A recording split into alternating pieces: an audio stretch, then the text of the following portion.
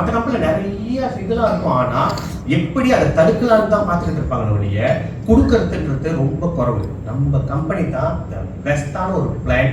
எப்படி இந்த 3 வருமானத்துல எப்படி எல்லாத்தையும் கொடுத்து முடிச்சிடலாம் அப்படின்னு. ஆனா தான் பாத்தீங்கன்னா இப்போ நிறைய பேர் 5 வருஷத்துல அவ்வளவு பேர் காடி எடுத்திருக்காங்க. பிகாஸ் கம்பெனி கொடுக்கணும்னு கொடுத்துக்கிட்டு இருக்காங்க.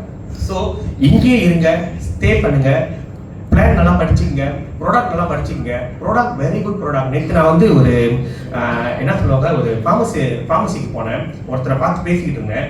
அவர் என்ன தான் சொன்னாரு, உங்க உடம்பு வந்து அல்கலைனா இருந்துச்சுன்னா எந்த சீக்கும் வராதுன்னு சொல்றாரு. எப்ப எசிட்டா மாறுதோ நம்ம உடம்பு, அப்பதான் வந்து நம்மளுக்கு வந்து சீக்கு வரும். எப்ப நம்ம உடம்பு அல்கலைனா இருக்கோ நம்மளுக்கு வந்து சீக்கு வராது. நான் உடனே கூகுள் பண்ணி பார்த்தேன், பிளாக் ஜிஞ்சர் அல்கலைனா எசிட்டிக்கானு. It's alkaline product. So alkaline ப்ராடக்ட்னால நம்ம அது தனிக்கு கன்சியூம் பண்ணுறதுனால நம்ம உடம்பு என்ன பண்ணும், எசிட்டிக்லேருந்து அல்கலைன் மாறிக்கிட்டே இருக்கும். எப்போ அல்கலைனா இருக்கோ கேன்சர் கூட வராது சொல்கிறாங்க. உங்கள் உடம்பு அல்கலைனா இருந்தால் கேன்சர் வராது.